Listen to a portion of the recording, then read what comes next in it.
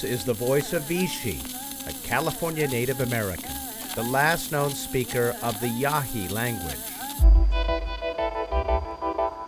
It was recorded over 100 years ago on a wax cylinder, one of thousands archived here at the University of California, Berkeley.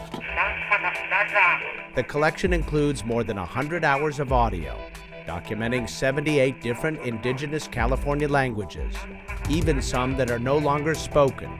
But time has taken its toll. The existing versions of them sound terrible. They're full of noise.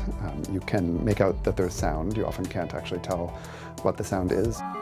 Berkeley linguist Andrew Garrett is part of a team working to save these rare recordings. I see what we're doing as creating the possibility of digital repatriation of cultural heritage to the people and communities where the knowledge was created in the first place, while still making it available for scholars. With support from the National Science Foundation, they're applying new optical scan technology to transfer and digitally restore the collection, even recovering audio from damaged or broken cylinders.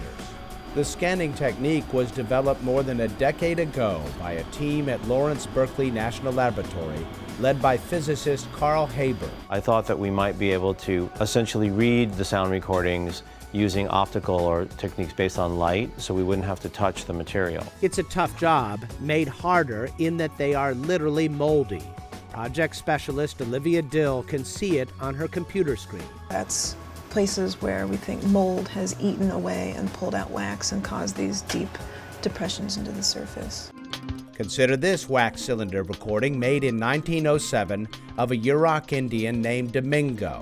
Here's what it sounds like after being optically scanned and digitally cleaned up.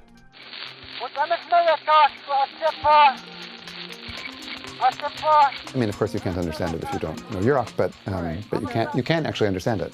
That's what's amazing about this to me. For Garrett, who is compiling a volume of Yurok stories along with English translations, it's a treasure trove. I'll be able to actually use the cylinder recordings to figure out what the language of the stories is. That, for a researcher, provides all kinds of information about sentence patterns, morphology, pronunciation. So our greeting today now is Mishik, and that literally means good day. For Louis Trevino, the voices on these cylinders are a link to his Rumsen heritage. There's no one still alive who grew up speaking their language. But the wax cylinder archive contains 27 recordings in Rumsen. Because we don't have old-timers who can sing these songs or other songs for us, this is our sole, one of our sole resources. For that reason, it's especially precious to us. The team sees the restored cylinders as a gift of language and culture that would otherwise be lost. Sacred to some, important to us all. I think if you're interested in what it is to be American, which is essentially a pluralistic and diverse society, if you're interested in that, then you have to be interested in what makes up all of the many cultures that make up America.